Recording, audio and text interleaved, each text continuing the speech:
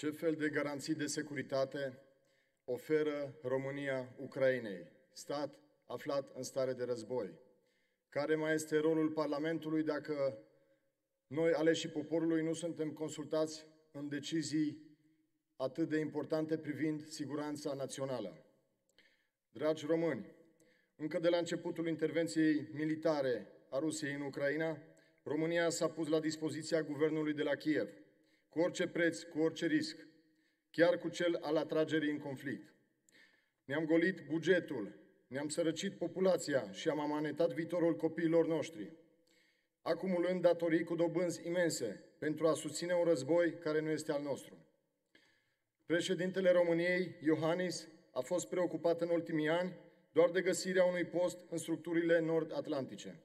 Interesele românilor nu au fost niciodată o preocupare pentru el.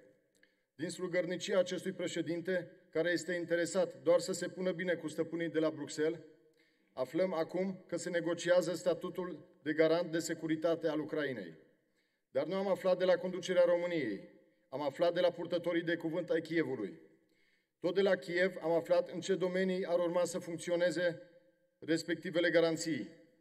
Sprijin specific pentru apărare, dezvoltarea complexului militaro-industrial, formarea de unități militare ucrainene în străinătate, adică în România, schimb de informații, sprijin pentru stabilitatea financiară, sprijin pentru dezvoltarea și pentru refacerea economiei ucrainene. Atenție, nu a României, a Ucrainei. Românii nu își mai pot permite în 2024, an electoral, să voteze aceeași alianță PNL-PSD.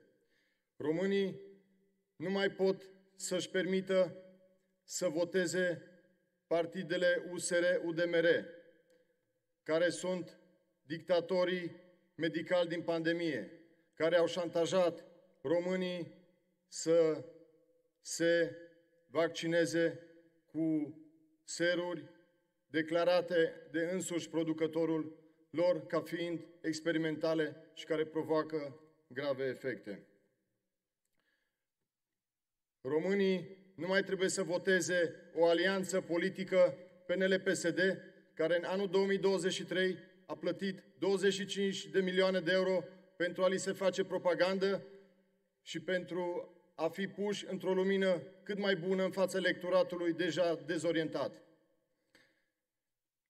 În 2024, an decisiv, românii trebuie să iasă masiv la vot și să voteze partide cu adevărat patriotice și naționaliste. Orice vot acordat partidelor care au fost la cârma țării în 34 de ani este un vot împotriva României. Deputat Mihai Lasca, Partidul PPR, Patrioții Poporului Român.